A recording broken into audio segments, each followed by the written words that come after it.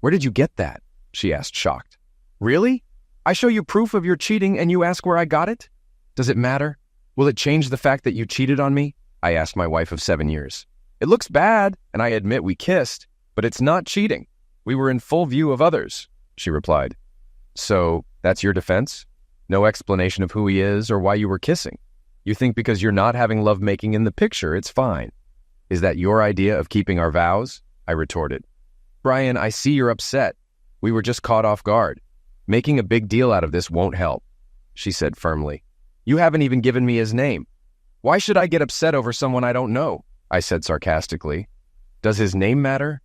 You might do something stupid like pick a fight, and he'll punch you. I won't let that happen," she objected. "Thanks for your honesty. You've made your choice. Now I'll make mine," I replied hotly. I turned and ran upstairs to pack. She followed me.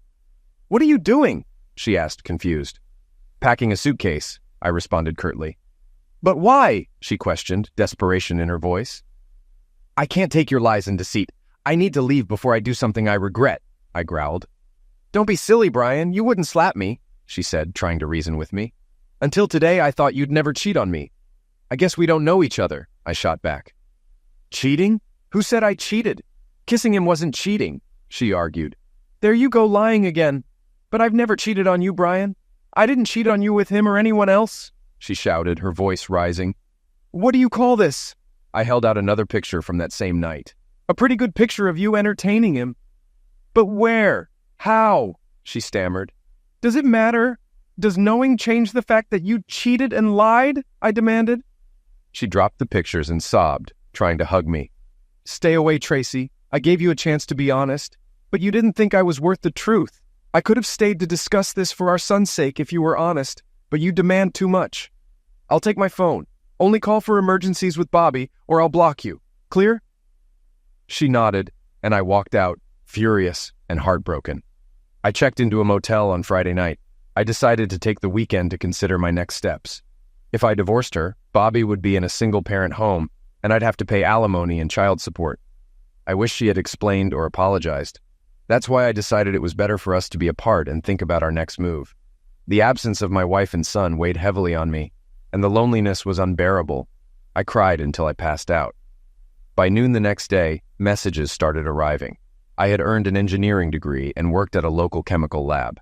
After 5 years, I was offered a production manager position at a research and development center 1,000 miles away, with a significant salary increase. We moved, leaving friends and family behind. Tracy got a job at a large credit card company's call center with over 1,200 employees her age. A year later, Bobby was born, and I convinced her to be a stay-at-home mom since I was well paid. She loved her work friends, who quickly became our social circle. We often got together with her coworkers and their spouses. Although I had no objections, our social life mostly revolved around her coworkers. I felt out of place among the charming men, but they treated me well. The messages were from our friends, whom Tracy had informed about our problems in detail. They urged me to meet and resolve the situation. I was amazed at how she kept this from me, but shared it with them. I dislike others knowing carnal details of my life. Tracy didn't call or text, knowing I'd block her. Cassidy, Tracy's best friend, seemed to instigate everything. She wanted me to meet the group at her house on Sunday at 6 p.m. Suspecting a trap, I suggested Angus Steakhouse instead, where I could leave freely. They reluctantly agreed. I had several reasons to agree to the meeting: to understand why Tracy did what she did, to see whose side our friends were on, and to learn if anyone was involved in her actions. As an account manager, I'm used to confrontations and staying calm. I wanted answers to make an informed decision. I parked my car nearby and walked to the restaurant, realizing the group had arrived early to strategize. This amused me. There was only one seat at the table next to Tracy. She stood to greet me, but I stopped her before she could reach me. "If you don't mind, I'd prefer to sit at the far end of the table, away from her. If not, I can sit at another table," I said. Cassidy quickly responded before Tracy could. "Of course, Brian. Jared, please give Brian a seat at the end of the table. Your dinner is already paid for, Brian. Let's all go ahead and order." We were in a private dining area to avoid prying eyes. Everyone placed their orders quickly. Before Cassidy or anyone else could start talking, I handed out copies of the photo of Tracy kissing the mystery man. "You all seem very interested in Tracy and me settling our differences.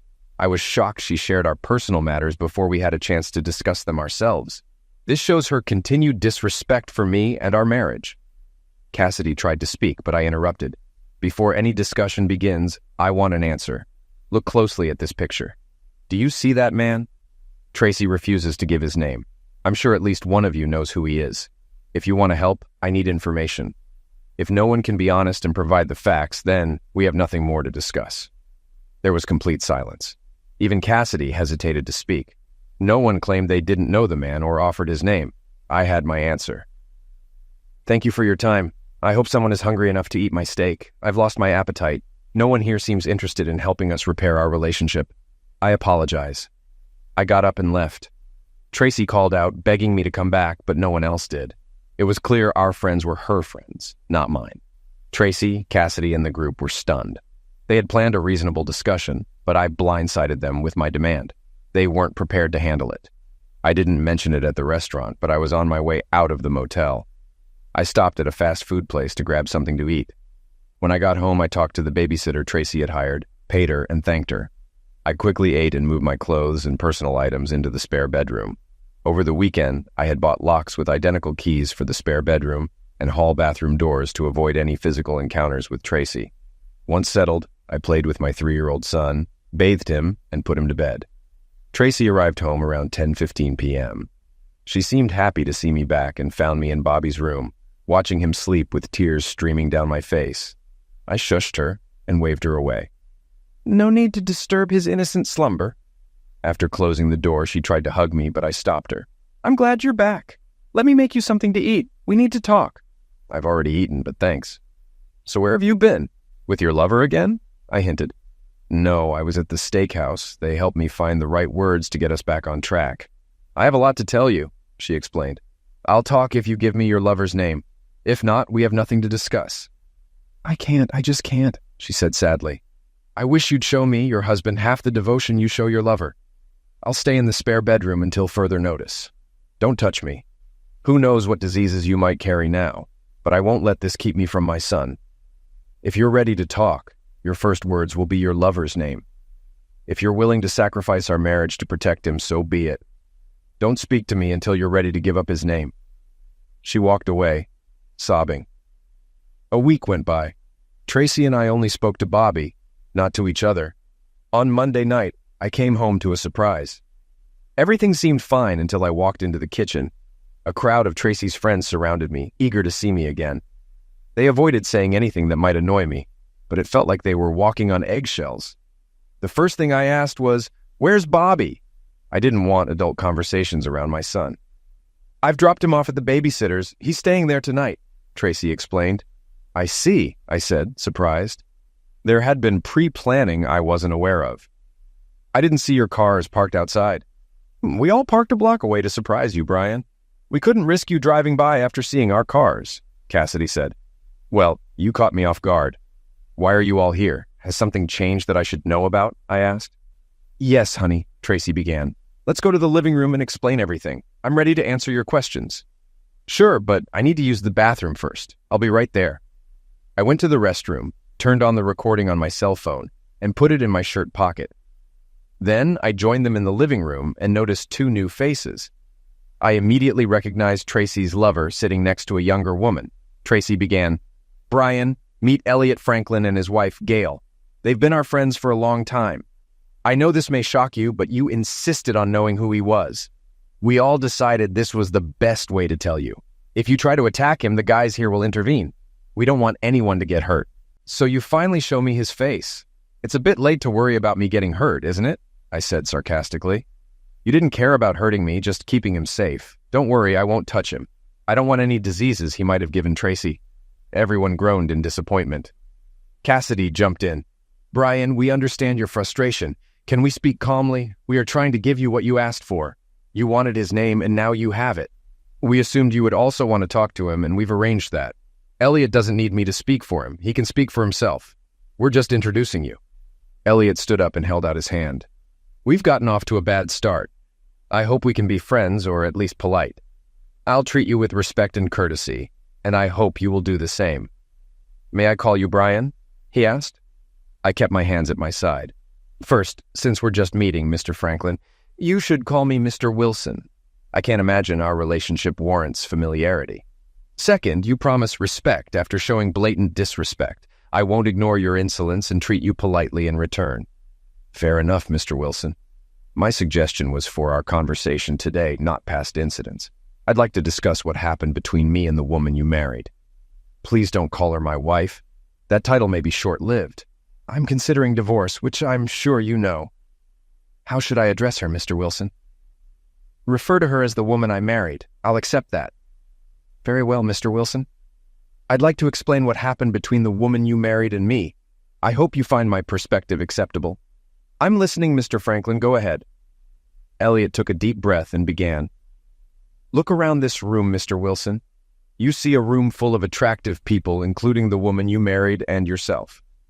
Do you think it's a coincidence that your best friends are more attractive than average? This group came together like birds of a feather. As friendships grew, so did closeness. Everyone here is in a happy, stable relationship. Our goal is confidence in our soulmates, making us inseparable. We all believe the same about you and the woman you married, he continued. Take my wife, Gail. She's as great to me as any woman here, and we plan to spend our lives together. No man here, including you, will take her from me. This confidence allows us to share with others for our mutual growth. Monogamy is outdated. True love involves trust, closeness, understanding, and sharing. How nice for you and your wife, Mr. Franklin, and the rest of this group if they all agree. But that has nothing to do with me and the woman I married. Excuse me, Mr. Wilson, but don't you see the benefits of trust, understanding, and security in your relationship? You could both grow by opening up to this, he said, spreading his arms to include everyone. If what you say is true, Mr. Franklin, then you just called every woman here a strumpet, including the one I married. I'm appalled you changed her morals so easily. A gentleman never interferes in marital relations as you have. I see your flawed logic, Mr. Wilson. This isn't one-sided. You too are invited to embrace our concepts. You could be with any woman here if you desired. When you joined our group, it was inevitable you'd be invited to participate fully. If you hadn't reacted so harshly, she would have discussed the potential benefits with you. Instead, she panicked and retreated.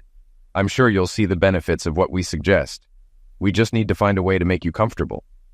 I see, I said, pretending to consider his words. Then I looked Tracy in the eye and asked, Is this true? You discussed this with them and agreed to test the waters with Mr. Franklin without telling me first? Tracy nodded nervously. I heard how these experiences improve and strengthen marriages, and I wanted the same for us. By being with Elliot, I was evaluating how it could benefit our relationship. My love for you hasn't changed. I only wanted to show you what I learned to convince you it would be good for us. She smiled, realizing it was our first real conversation since that night. So, you want me to believe that one session with him made you an experienced courtesan? It wasn't your first time, was it? She looked down, unable to meet my gaze. Mr. Franklin jumped in. Don't you see, Mr. Wilson? We helped her understand the benefits. You can participate too, and there are other advantages. So you think you're some kind of Casanova? I asked. Mr. Wilson, I am experienced and attentive. I help less experienced lovers like the woman you married. She will learn and grow, and you will benefit from her new experience. Everyone goes through periods of complacency. I looked at Tracy again. When have I resisted trying something new? If you wanted to spice things up, why didn't you talk to me instead of jumping into bed with him? She replied, Please don't misunderstand me, honey. You're a gentle and sweet lover, which I need most of the time. But sometimes I want something more forceful and direct, which Elliot showed me. He never tried to replace you in my heart. I kept my anger in check, realizing our relationship couldn't be repaired. Inside, I felt a storm, but outwardly, I stayed calm. Now, I aim to gather ammunition to create chaos in their lives for destroying my home. Thank you, Brian. Now do you see our group in a better light? Will you and Tracy join? Your marriage will grow stronger. I guarantee it. I forced a grin. I need more time to digest everything. Tracy and I need to talk one-on-one. Once we settle things, we'll get back to you. Is that okay? He grinned weakly, needing my answer immediately but not getting it. Sure, he said reluctantly. Take as much time as you need. He nodded, and 3 large men grabbed and held me. I wasn't going anywhere. Though surprised, I didn't feel threatened. Tracy walked over, pulled my cell phone from my pocket, and started deleting videos. Brian, we want to trust you, but until you're one of us, we have to protect ourselves. It was clear you were recording tonight's events on your phone. We can't afford that. Tracy nodded at Elliot, who asked, "Is it all gone?" Tracy replied, "Yes, there's no recording of tonight." She tucked my phone away, showing she was fully committed to their group. I showed the look of defeat Elliot wanted. Elliot continued, "Don't be so down, Brian. I'd like to think you were recording to choose who to be with first in our group, but we can't take that risk." He patted me on the back, and the group quietly left. I grabbed my keys and headed to the garage. Tracy asked, "Where are you going?"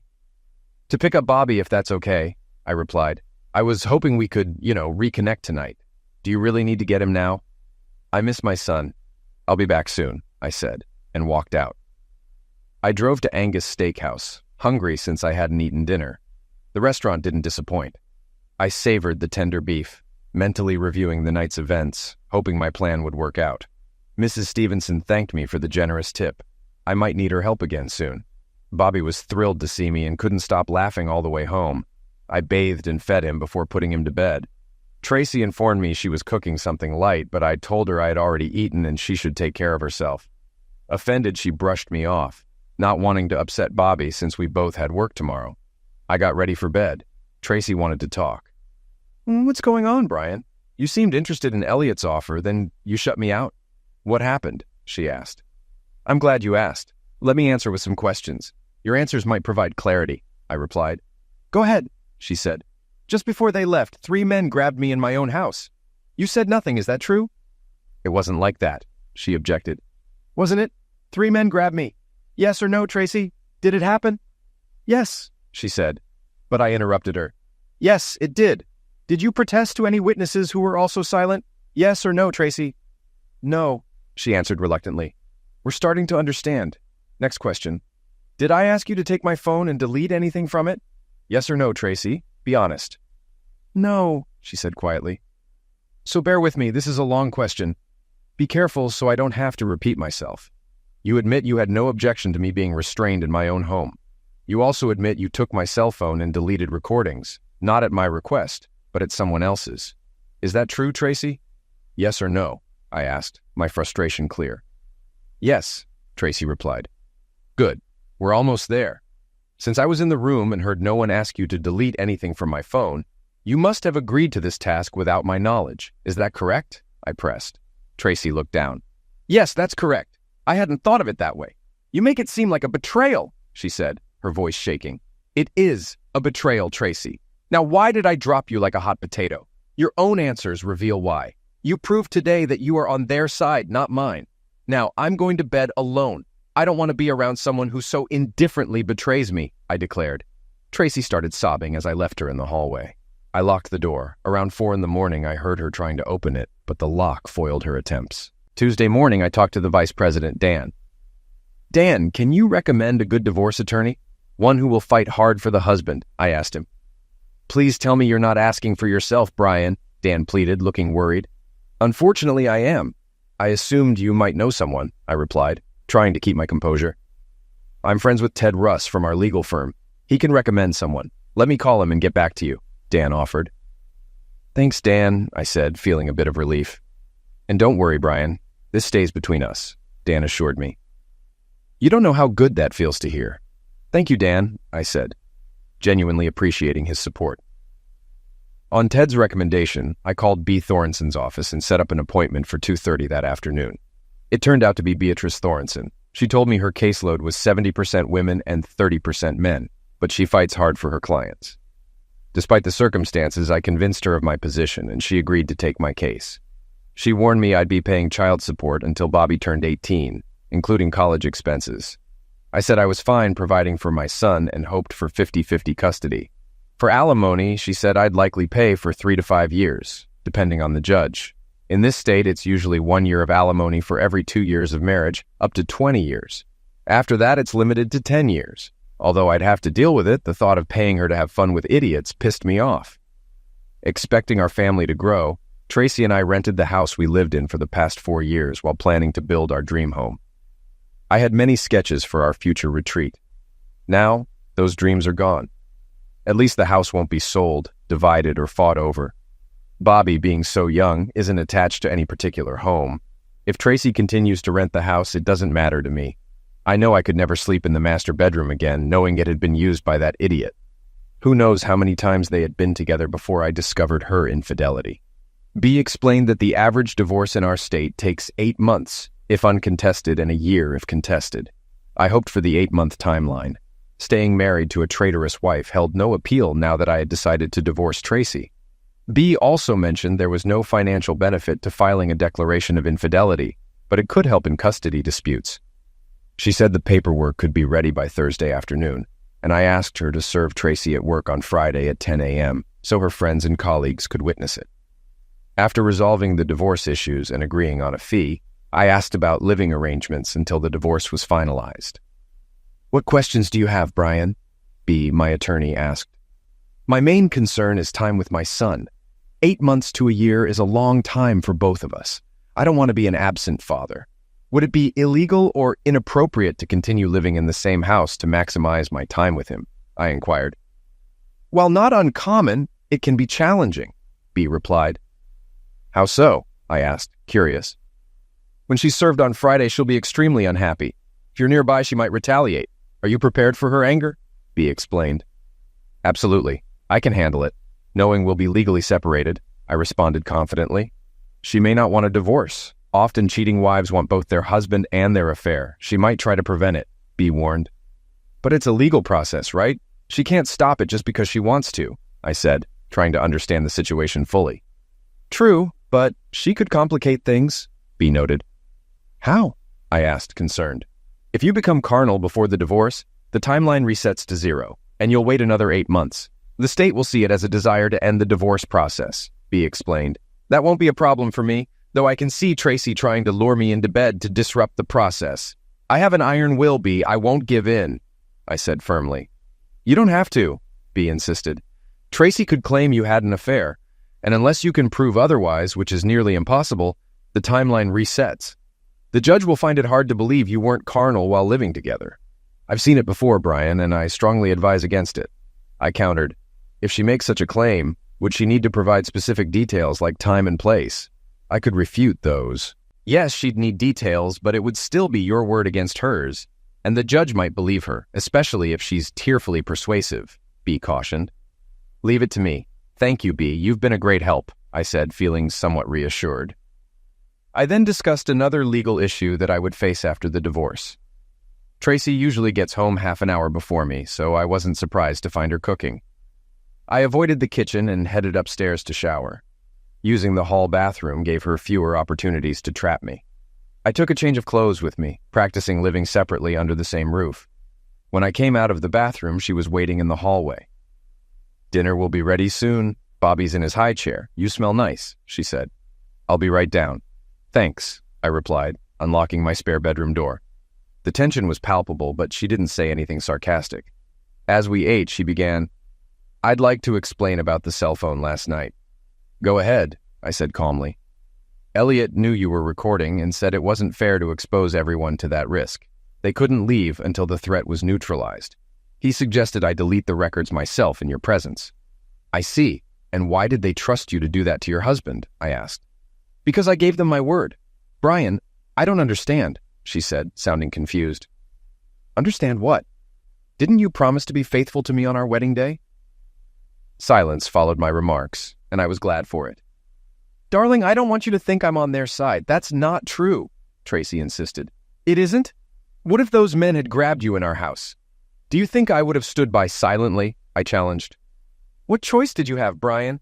They could have taken you easily," she reasoned. "That's true, but that wouldn't have stopped me. I would have fought for you because I would have been on your side, not theirs.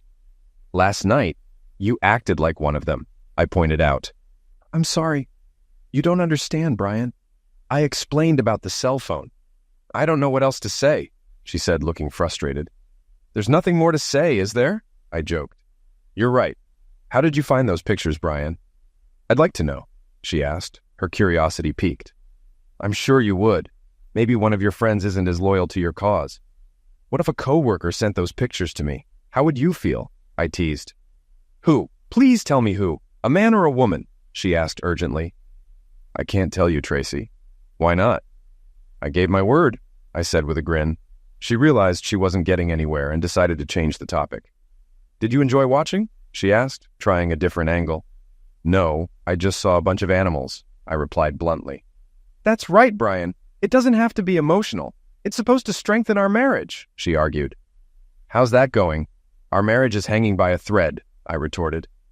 I already feel closer to you, she added sarcastically. Don't be like that. You don't understand.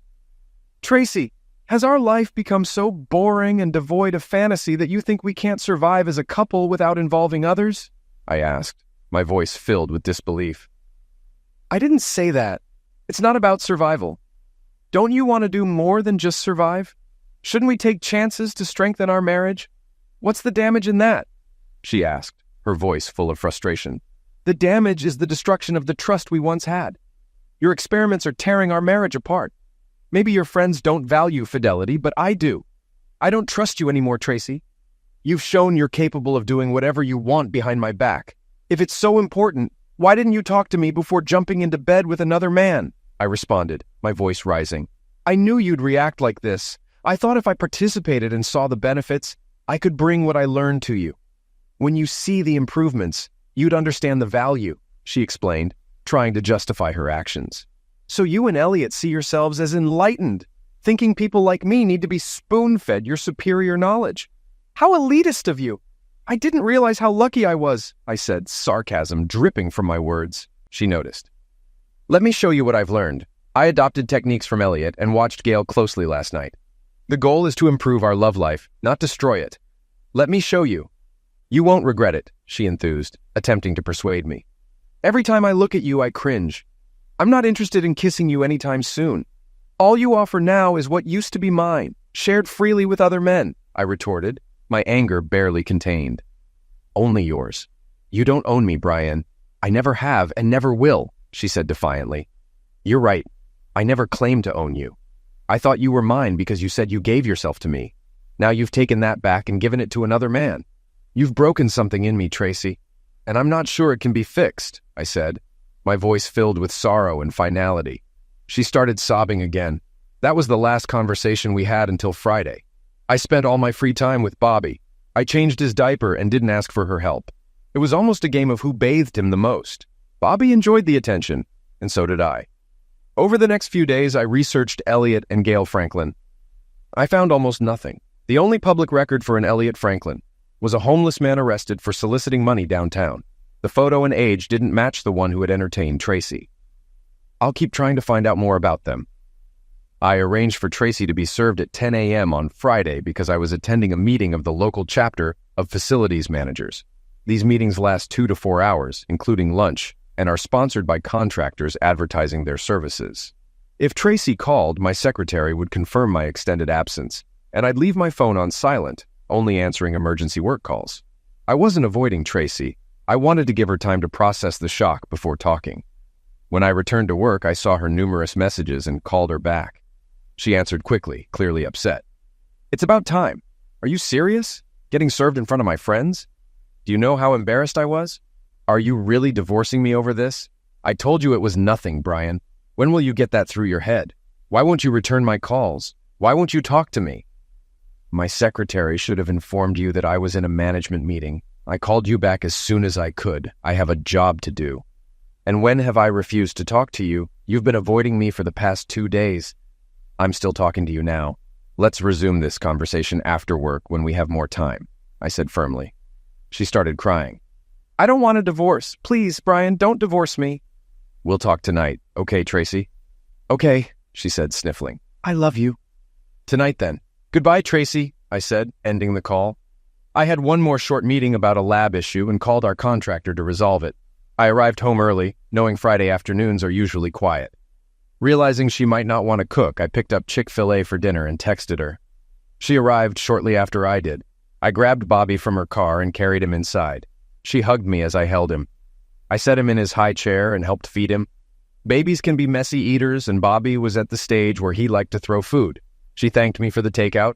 We cooed and talked happily with Bobby, even as she cried. I spent the evening with Bobby, not leaving his side until he was asleep. He was my focus and reason for enduring the situation. Later, I found Tracy in the living room looking over the divorce papers. She took a deep breath to calm herself before speaking. "I'm sorry, Brian, okay? Is that what you wanted to hear?" she asked, her voice trembling. "Honestly, it's the first apology since this started. What exactly are you apologizing for, Tracy?" I asked, my tone stern. "I'm sorry you saw those pictures and found out the way you did. I can only imagine how uncomfortable it was for you," she said, trying to sound sincere. "So, you're sorry I found out, not sorry you cheated." "Got it," I replied, feeling the anger rise. "Don't say that. Elliot said once you see the benefits of our group, you'd accept it. You'd have the freedom to be with other women just like I am with other men," she explained, desperately trying to justify her actions. "Of course, that's what he said. You and Elliot both failed to consult me about infidelity. It's a shame you trust his words over mine." "He doesn't know me or our marriage, and apparently neither do you," I said, feeling betrayed. "Look, I realize now I acted wrongly. You're right. I should have talked to you first. Elliot told me that if I had approached you, things would have gone smoothly. He's convinced you'll come around, but now I'm not sure. Why don't you call off the divorce and let's get back to normal?" she pleaded. "Normal? That train has derailed. You blew it up when you cheated. Just sign the papers and let's move on with our lives," I said, feeling resolute. "You don't want Bobby to end up in a single-parent family calling another man daddy. No man wants that for his son. Reconciliation is the best option," she argued. "I wouldn't want him to call another woman mom if you remarried after a divorce," I countered. "That's true. You should have thought about all this before you broke your vows," I said, my voice cold. "It would hurt to hear him call another man daddy, but it's better than living in a house full of lies and deceit. I wouldn't be part of your group of infidelity. They may be attractive, but they are disgusting to me. I can never be carnal with you again, Tracy. Put that in your pipe and smoke it," I said, my words laced with finality. "You're just saying that to hurt me, and it really hurts." "One point, Brian," she said, her voice breaking. "What if I gave up the idea completely? Swore I'd never get involved again? What if I turned my back on them as friends? I'm desperate. You and Bobby are the best things in my life. I'm sorry you think I've turned my back on us, but it's not true. I value you two above anything else," she pleaded, tears streaming down her face. "I hear your words, Tracy, but I don't believe you. You've already proven yourself to be a liar. I can't trust you anymore.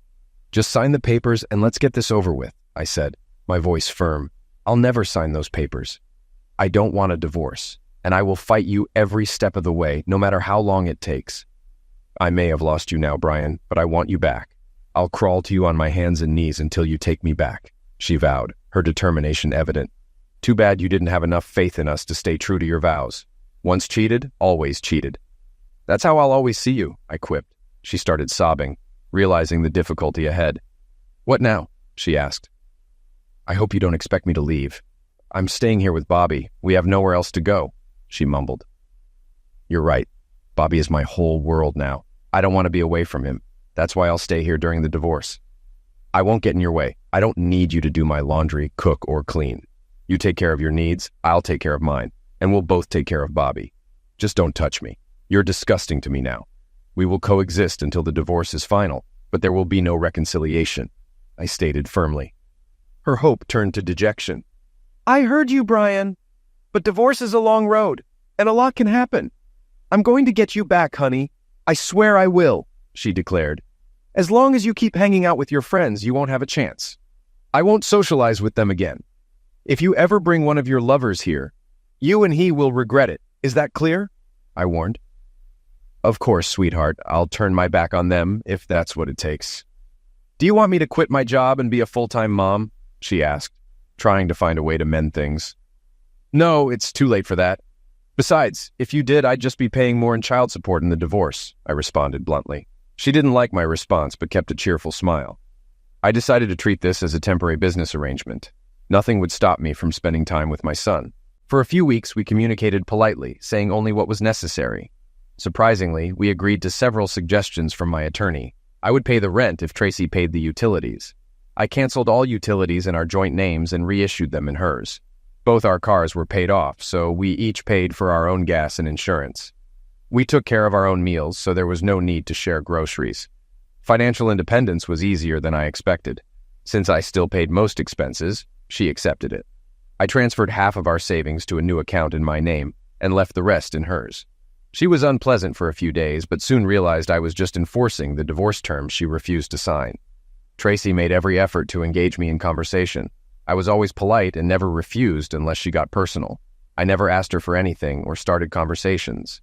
One day, while looking for socks in my desk drawer, I realized I hadn't seen the 3 pictures of Tracy and her lover.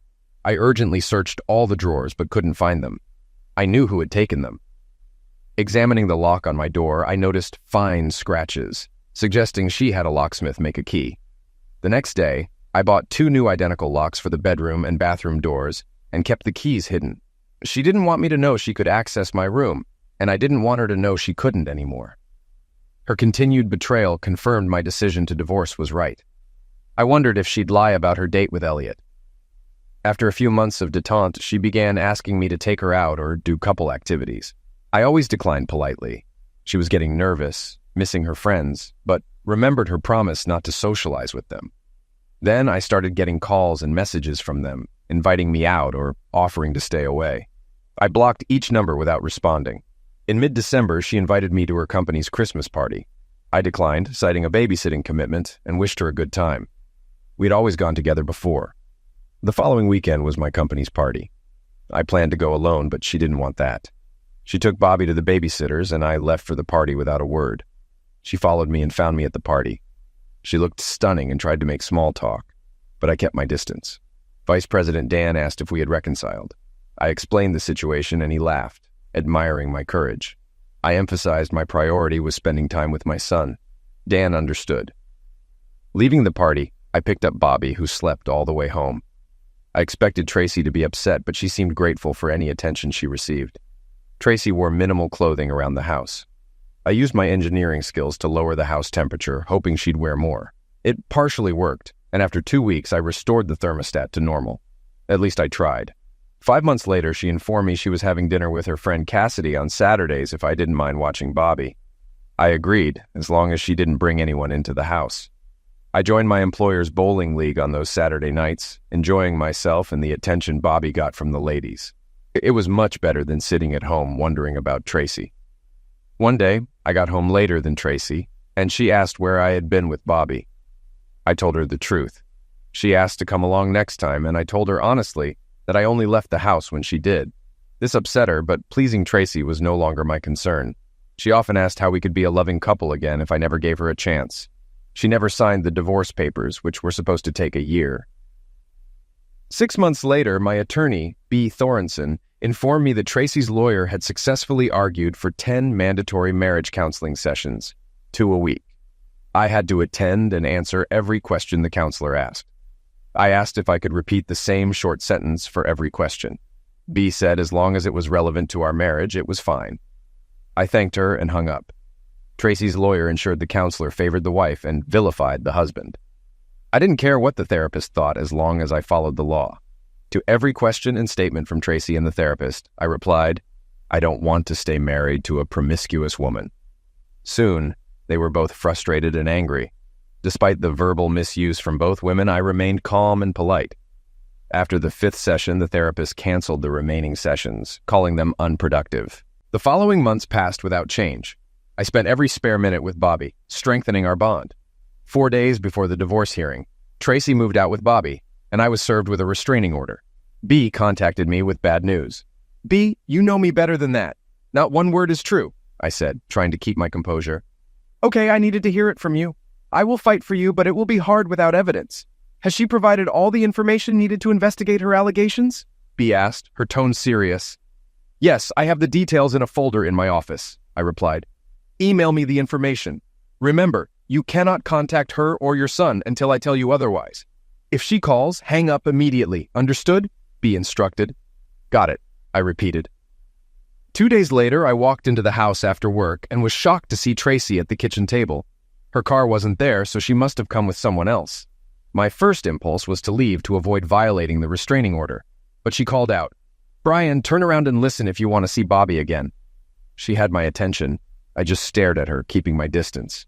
You don't have to say a word, just listen, she said. I stayed calm and non-confrontational. First, hand me your cell phone so I can turn it off, she demanded. I placed it on the table. She picked it up and turned it off to ensure no recording. I tried to talk you down, but you were stubborn. I had to resort to desperate measures. How does it feel to be on the other side? I claimed we had lovemaking to turn back the clock, but Elliot convinced me to have a backup plan in case your lawyer objected. So I made up a story about you hitting me. We both know you never touched me, but I needed full custody of Bobby, leaving you with little time with him. It's cruel, but it gives me leverage. If you cancel the divorce and agree to join our group of friends, I'll lift the restraining order, move in, and we can resume our marriage. Bobby wouldn't be in a single-parent family. What's not to like? I promise you'll get used to it. What do you say, Brian? Live in the real world with me. You'll have a good time. She hit me where it hurt the most. My son. Nothing else in the world means as much to me as he does. I'll answer as soon as I can. For now, please leave, I insisted. She smirked as she walked past me, knowing she had leverage. I waited until I heard the door close. Looking out the window, I saw a shiny Lexus pull up, driven by Elliot Franklin. He must really want her in his group. I had a lot to think about. B informed me my presence at the divorce hearing wasn't required, but I wanted to be there. As I left the men's room heading to the courtroom, Tracy appeared and hissed, "You had your chance, you moron. I'll tear you to pieces in there. Your son will never know your name and will call another man father. I will marry a real man who trusts and believes in me." She spat in my face and hurried away. Onlookers stared, wondering what I had done. I wiped my face with a handkerchief and entered the courtroom, sitting in the back. I hoped my lawyer was as good as her reputation. While waiting, I listened to other divorce cases and noticed those representing themselves were at a disadvantage. Our case wasn't heard until 1 p.m., making for a long day. Tracy testified first, detailing the alleged assaults with dates, times, and locations. She sought custody, child support, alimony, and maybe even jail time for me. Despite her tearful testimony, my attorney B remained calm, drawing flowers in the margins of her notes. Tracy's lawyer painted me as a violent and unsuitable parent, claiming Tracy had tried to reconcile and that my jealousy destroyed our marriage. After Tracy's lawyer finished, B began her questioning. "I want to confirm that you're certain of the dates, times, and locations of the alleged attacks. Could you be mistaken, Mrs. Wilson?" B asked. "No, ma'am. My attorney told me to document everything, and I wrote it all on a calendar," Tracy responded confidently. "So you swear under oath that your allegations are accurate and true?" B pressed. "Yes, ma'am." "The truth must be told," Tracy responded tearfully. "No further questions, Your Honor," B said. "You may step down, Mrs. Wilson." "Thank you," Judge Cora Feldman advised Tracy. She and her attorney seemed stunned that B didn't question her more thoroughly. Tracy's smirk said it all. She thought she had won. She was ready to turn my son against me, and the thought made me shudder. "Your Honor, I would like to call Mr. James McMahon to the stand to testify," B requested. The judge nodded, and a plain man took the seat. Tracy and her lawyer conferred, looking puzzled. "Please state your full name for the record," B asked. "James Winfred McMahon." "Thank you, Mr. McMahon. May I call you James?" B inquired. "Jim, please," he responded. "Thank you, Jim. Can you tell the court where you work and the nature of your business?" B asked. "I own and operate McMahon Investigative and Security Services," Jim explained. "Jim, how did you meet my client, Mr. Wilson?" B continued. "He approached me about 14 months ago, concerned about his wife, Mrs. Tracy Wilson. He suspected infidelity, but had no proof. We offer private investigative services to confirm such suspicions, and he used our services," Jim answered. "What did you discover during your surveillance of Mrs. Wilson?" B asked. "We gathered evidence of her infidelity and provided him with 3 photographs of her in bed with another man," Jim stated. "Were those the only existing copies of her dating?" B asked. "No, ma'am. We store all photos and videos in secure cloud storage and maintain the originals. Mr. Wilson only received copies," Jim clarified. "And do you have other copies of these images?" B asked. "Yes, right here. They are copies of the uncorrupted originals," Jim confirmed. "Thank you, Jim. Your Honor, we would like to admit these 3 photographs into evidence," B requested. The judge accepted the photos, reviewed them, and handed them to the bailiff for processing. "Thank you, Your Honor." "Jim, was that the end of your association with Mr. Wilson?" B asked. "No, ma'am. He was concerned the affair might be ongoing and asked for guidance. I recommended installing hidden surveillance cameras and microphones throughout the house to monitor and record phone calls, secret meetings, and graphic images," Jim explained. "And did Mr. Wilson hire your firm to do this?" B inquired. "Yes, ma'am. We installed the equipment the next day while Mr. and Mrs. Wilson were at work," Jim confirmed. "Objection, Your Honor. Tracy's attorney protested. I request that all evidence obtained through those hidden cameras be declared inadmissible. Mr. Wilson could have easily altered those recordings to smear my client. Judge Cora Feldman looked at B. Before I rule on your objection, I'd like to find out if there are grounds for it. Attorney Thorenson. Thank you, Your Honor. Jim, can you explain the nature and type of surveillance system installed in Mr. Wilson's home? B asked. Jim nodded. Certainly. We installed a high-resolution digital surveillance system with multiple cameras and microphones placed in strategic locations throughout the house. The system is designed to record continuously and store the data in a secure, tamper-proof cloud storage. The recordings are time-stamped and encrypted to ensure their integrity. Jim, can you confirm that the recordings submitted to the court have not been tampered with or altered in any way? B asked. Yes, ma'am. The recordings are in their original, unaltered state, directly retrieved from our secure cloud storage, Jim assured. Thank you, Jim. Your Honor, I believe this establishes the credibility and integrity of the evidence, B said, turning to the judge. Judge Feldman considered this information for a moment. Based on the testimony regarding the security and integrity of the surveillance system, I overrule the objection. The evidence is admissible. Thank you, Your Honor, B said. She turned back to Jim. Jim, did you review the footage from the surveillance system? Yes, I did, Jim confirmed. And what did you find? B asked. The footage showed Mrs. Wilson meeting with multiple individuals, engaging in activities that support Mr. Wilson's claims of her infidelity. Additionally, there were no signs of the alleged abuse that Mrs. Wilson described, Jim stated. Thank you, Jim. No further questions, Your Honor, B concluded. Thank you, Mr. McMahon. You may step down, Judge Feldman said. Tracy's attorney looked unsettled, while Tracy herself seemed visibly shaken as the truth began to unravel in the courtroom. Thank you, Judge Cora Feldman said to Tracy. She and her attorney seemed stunned that B didn't question her more thoroughly. Tracy's smirk said it all. She thought she had won. She was ready to turn my son against me, and the thought made me shudder. Your Honor, I would like to call Mr. James McMahon to the stand to testify, B requested. The judge nodded, and a plain man took the seat. Tracy and her lawyer conferred, looking puzzled. Please state your full name for the record, B asked. James Winfred McMahon. Thank you, Mr. McMahon. May I call you James? Jim, please. Thank you, Jim. Can you tell the court where you work and the nature of your business? I own and operate McMahon Investigative and Security Services. Jim, how did you meet my client, Mr. Wilson? He approached me about 14 months ago, concerned about his wife, Mrs. Tracy Wilson. He suspected infidelity but had no proof. We offer private investigative services to confirm such suspicions, and he used our services. What did you discover during your surveillance of Mrs. Wilson? We gathered evidence of her infidelity and provided him with 3 photographs of her in bed with another man. Were those the only existing copies of her dating? No, ma'am. We store all photos and videos in secure cloud storage and maintain the originals. Mr. Wilson only received copies. And do you have other copies of these images? Yes, right here. They are copies of the uncorrupted originals. Thank you, Jim. Your Honor, we would like to admit these 3 photographs into evidence. The judge accepted the photos, reviewed them, and handed them to the bailiff for processing.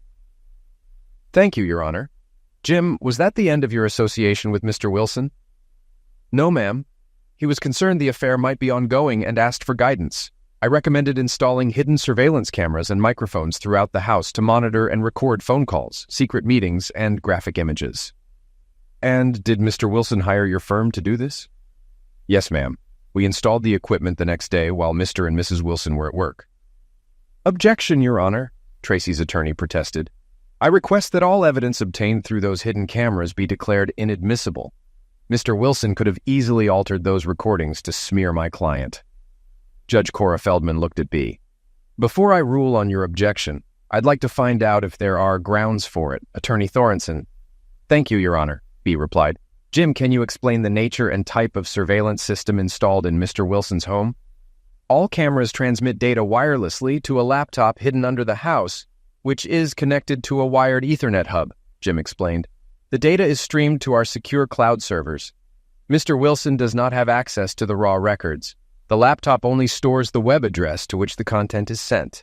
The only way to access these files is to contact my firm. We ensure the chain of evidence is constantly monitored.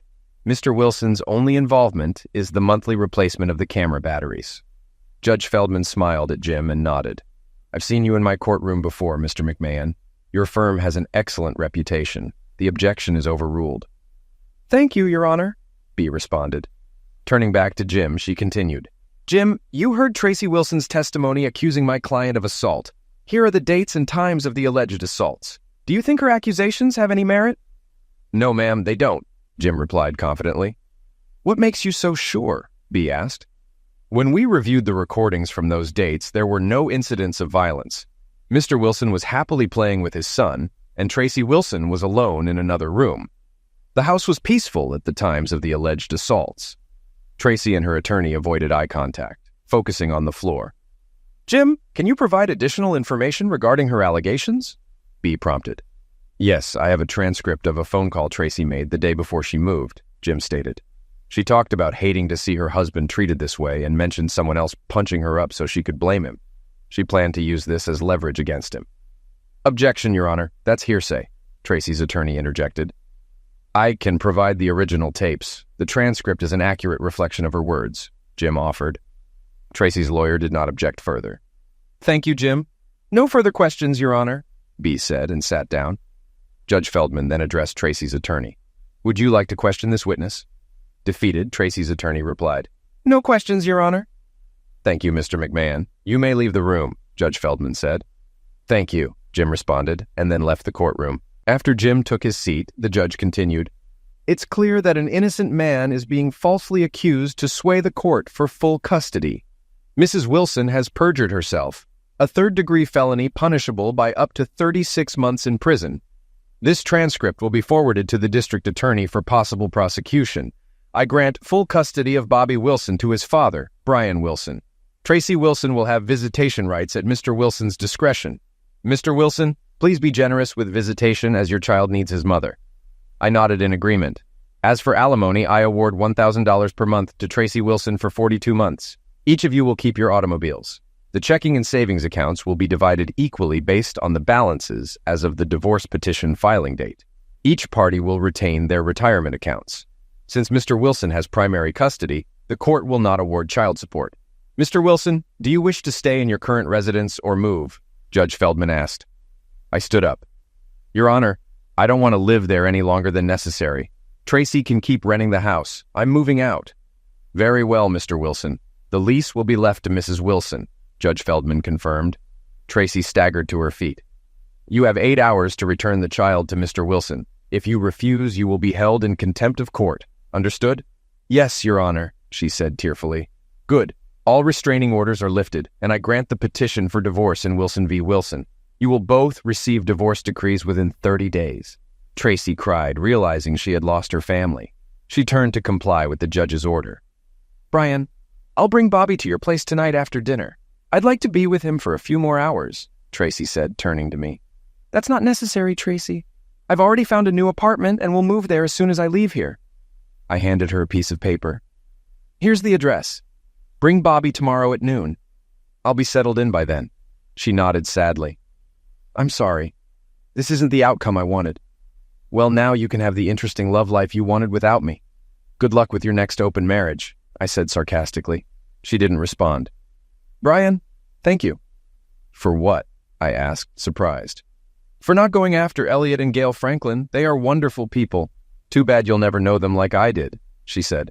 No problem. I have no interest in Elliot or Gail Franklin, but I am interested in your company. I found out they have a strict non-fraternization policy. Tomorrow, I'll be suing your company, claiming violations of their policy destroyed my marriage and almost cost me my son. Ronald Hensley will be named as the main culprit. Apparently, he slept with a dozen female employees. He's your manager, right? Tracy looked shocked. As it turns out, Ronald has a wife, Lydia, and 2 children. I don't know if she knows about his antics, but I'll make sure she does, including his relationship with Rita Consuela, or as you know her, Gail. But why?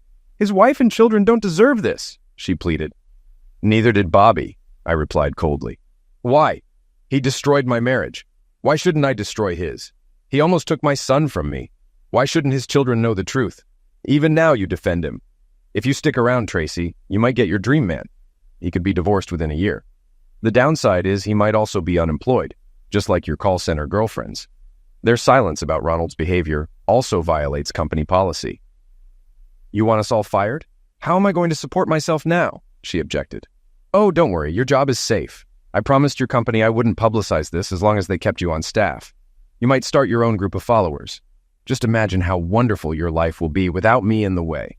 Once you explain how infidelity strengthened our marriage, the ladies will be eager to join. You might have trouble hiring another manager, but maybe one of the husbands will step up. Imagine all the exciting possibilities, I said. But why are you protecting my job and firing everyone else? She asked. Because Bobby needs a mother in his life. It's not a dream job, and it doesn't pay much, but it's enough so you don't have to rely on me for money. When Bobby asks how I treated you in the divorce, I want to say I was fair. If you tell him otherwise, I'll show him the proof. Tracy and her friends didn't know I had known her lover's real name from the start. My private investigator did an excellent job. An engineer always approaches a problem with knowledge. If we don't have the answer, we find someone who does. B, my lawyer, sued Tracy's call center for $1.5 million and settled for a tidy sum. She kept $250,000, and the rest went to me. I wrote Tracy a check for $42,000, paying my child support obligations in full, with plenty left over to build my dream home. Word spread quickly at work, and many single ladies saw me as a potential catch. But after this roller coaster, I'm going to focus on Bobby for a while before dating again, free at last.